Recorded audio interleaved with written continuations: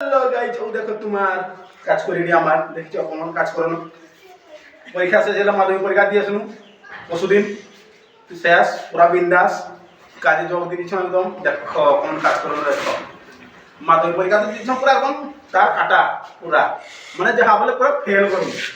Tension নেই, আমি তোমার পাশে আছি। হ্যাঁ, আর বছর আবার দেখা হবে, বুঝলো।